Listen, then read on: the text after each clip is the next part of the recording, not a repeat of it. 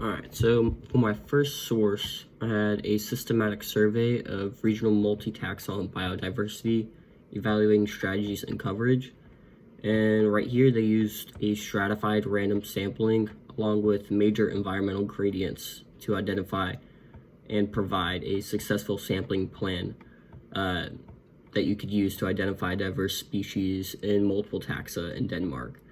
The study here proved that their methods could be used in different parts of the world, and on their map they had here, you could see all the spots that they did, and they went out in the field themselves and they just identified the species. So in diversity, distribution, and dynamics of large trees across an old growth lowland tropical rainforest landscape, they studied these established plots in Costa Rica, and in each plot they measured abundance, species diversity, and crown conditions of large trees. They found that in the end, large trees make up 25% of the basal area and biomass, and density was twice as large on fertile flat sites compared to less fertile and sloped sites. On the map they provided, you see the different colors which represent different soil types. So this dark brown are the very fertile lowland areas, the green are highland, and then the gray are swamp areas, which they didn't do any samples in.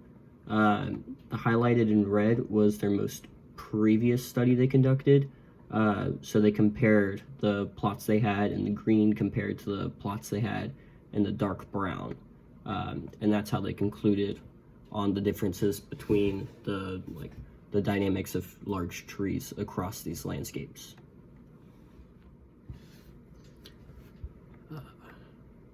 In evaluating site-specific and generic spatial models of above-ground forest biomes based on Landsat time series and LIDR strip samples in the eastern U.S., they used different methods of strip samples over diverse landscapes to compare the effectiveness of generic and site-specific models.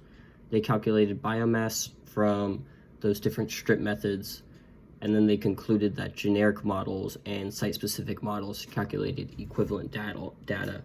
What that means is, for these generic spatial models, that's when you combine multiple of the strip sample methods. And then when you look at site-specific methods, that's looking at previous data that has showed and calculated biomass before. But what they did is just use both of those methods on the same area, and they just compared them. And what they found is that there really was no difference. To determine forest disturbances' impact on the growth of trees, analyzing the impacts of forest disturbance on individual tree diameter increment across the U.S. lake states, used fixed radius sample plots and measured trees and forest health. So what they did is they went out and they would go and measure DBH, height, and then they also, for forest health, they would do down woody debris. And when they did all that, they found that animal and weather disturbances were the most common to cause damage to forests.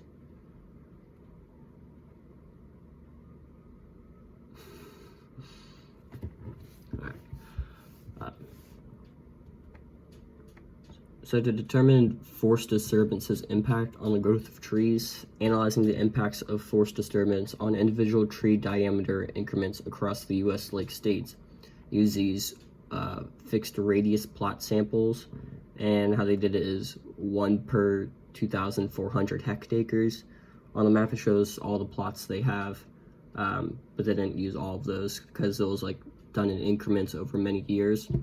In each of those plots they measured the trees and forest health. For the trees they did standard things like DBH, height, abundancy, and then for the forest health they did things like abundance of other life forms, and then they also did down woody debris. And then they did this and examined the forest disturbances impact on the growth of trees, and what they found was that the animal and weather damages were the most common disturbances for the forest.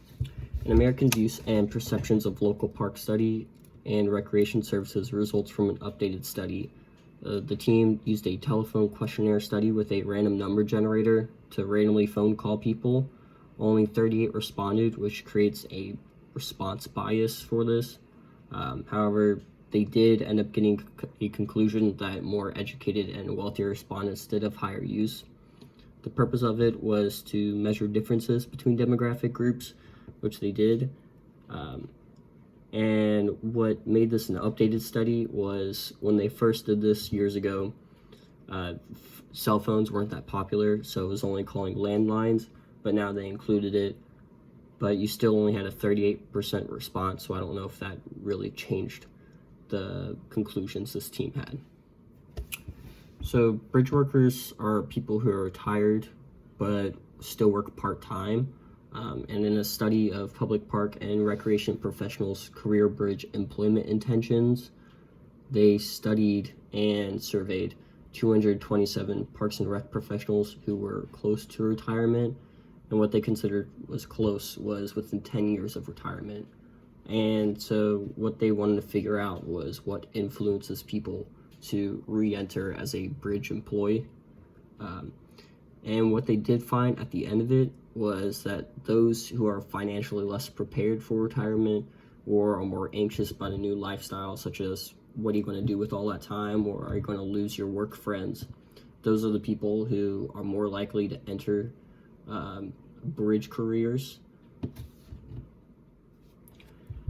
And the effects of deer browsing in a Mediterranean coastal juniper stand, woody plant composition, structure, and diversity was compared between enclosed and open samples. They found that the enclosed areas where deer could not browse had taller juniper trees, and there were more female trees, as the figure provides. However, when they compared these enclosed areas where deer could not browse and the open areas where deer could browse, they did not find a difference in species richness. So, evaluation of distance-independent competition indices and predicting tree survival and diameter growth studied factors of DBH, basal area, and tree density for loblolly pines in order to see which factors influence tree survival and DBH growth the most. I included a table that has all the data that we pretty much have every week in lab, such as like averages of tree diameter, basal area, and number of trees per hectare. What they did is when they compared them, they found that DBH was better for predicting tree survival when stuff such as basal area and tree density, these relative position indices, were better for predicting DBH and growth. West Yellowstone has seen large increases in Chinese populations. So in Chinese tourism growth to U.S. national parks and gateway communities, a case study in West Yellowstone, Montana, Chinese populations were sampled in order to understand how National Park Services can improve their stay. This was a convenient sample to not only Chinese tourists, but business owners and tourism operators. And what they found is that the National Park Services should increase accommodation for foreign languages, like when they put up signs, maybe have more languages available and use meters instead of just feet like we do, and also that the National Park Services should increase social media. Whenever people were asked how they learned about National Park Services or Yellowstone, it was always from an outside source, never the National Park Service website. So if they increase social media, they could put their own word out there.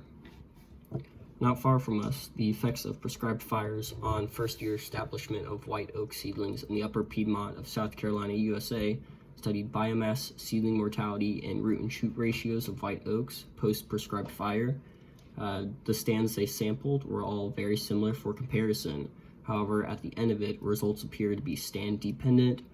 All stands had varying results.